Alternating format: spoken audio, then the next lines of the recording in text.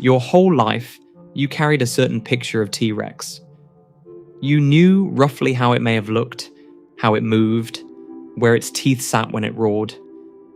Now imagine that picture was completely wrong. By the end of this video, you will know about all of the major updates scientists unlocked between 2023 and 2026. We are talking about soft tissue inside fossils, a body far larger than anyone calculated, and a mouth shaped in ways no scary movie ever dared to show truthfully. So here is everything that changed.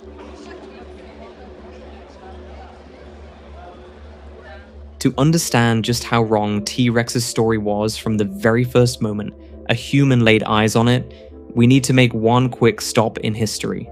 Then we jump straight to the latest studies. Did you know that T-Rex was named before its first fossils were ever properly studied?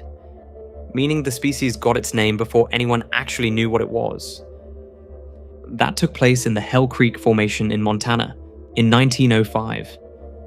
The paleontologist Barnum Brown had a talent for dynamite and a fierce institutional rivalry. And while the Carnegie Museum had just dazzled King Edward VII with a brand new Diplodocus, Brown needed something bigger to shine. He found it, without knowing what it was. And his boss, Henry Fairfield Osborn, was so impatient he gave the unknown specimen a title long before a single bone arrived in New York to be studied. And gave it the name, Tyrannosaurus Rex, king of the tyrant lizards.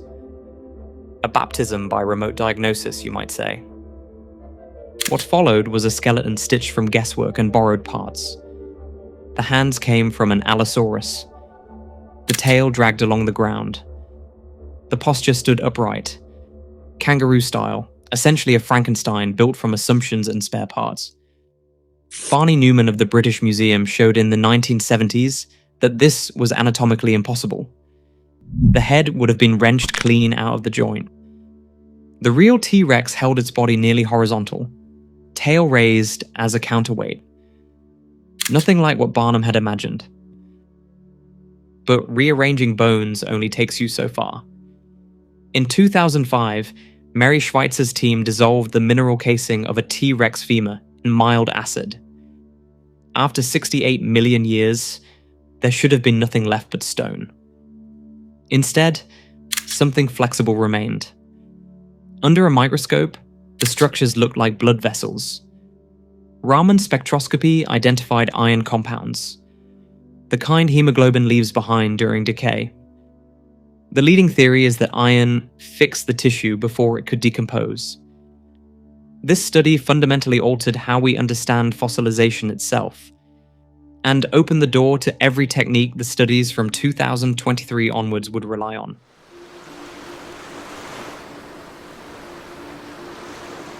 Now let's talk about those teeth. What you already know is that they were nearly 12 inches long, serrated, and reinforced with extra dentine. T-Rex's bite force was the most powerful of any known land animal. What you probably didn't know is that those teeth sat behind lips, not permanently bared like a threat display that never stopped. In 2023, Thomas Cullen at Auburn University ended the T-Rex and crocodile teeth comparison for good. His team ran 3 independent tests on T-Rex skulls, looking at skull proportions, enamel thickness, and nerve canal patterns. Every single one pointed toward lipped lizards like monitors and iguanas, hiding their teeth, not crocodiles.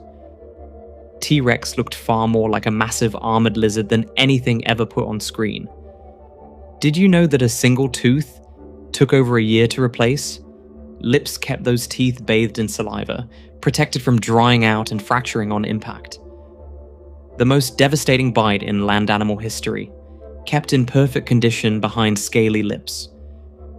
Decades of movie posters, toys, and theme park logos have been showing you something that never existed.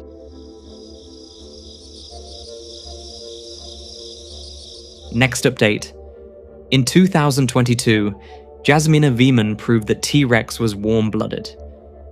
Her team analyzed 30 dinosaur bones using 2 spectroscopic techniques, hunting for molecular markers left by metabolism.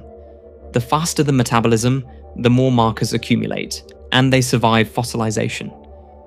Every theropod they tested plotted alongside modern birds and mammals.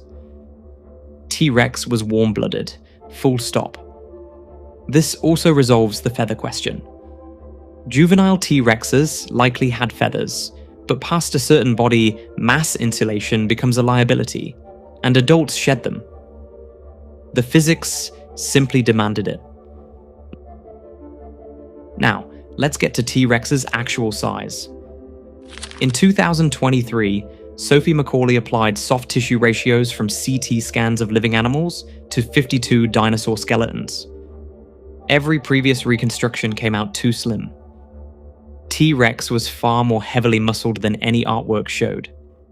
Then, in 2024, Jordan Mallon and David Hone modeled the full T-Rex size range.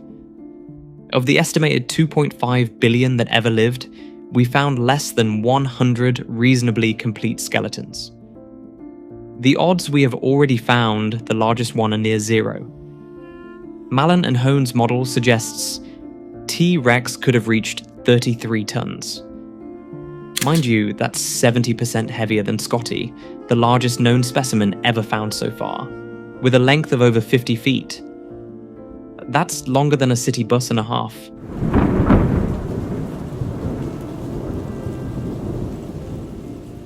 And this is where Jurassic Park gets retired for good.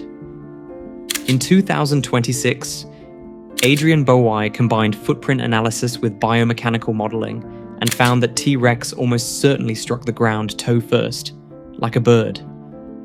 Shorter strides, faster turnover, and no thundering footsteps. No water rippling in a glass.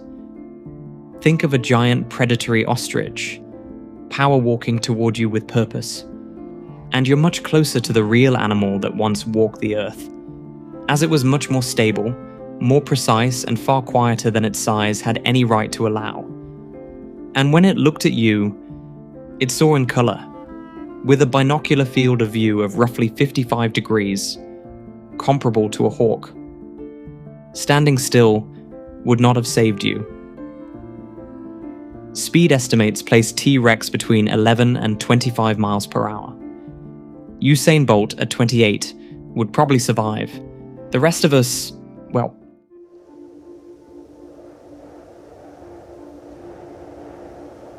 And here's a final twist. Holly Woodward found through growth ring analysis that T-Rex reached full size at 35 to 40 years old. That's 15 years later than previously believed. And the fossils that didn't even fit that explanation, the ones that were simply too different to be T-Rex, turned out to belong to Nanotyrannus, a completely different animal that spent 40 years wearing the wrong name tag. We covered its full story, from first discovery to final species confirmation in a separate video. The takeaway is this.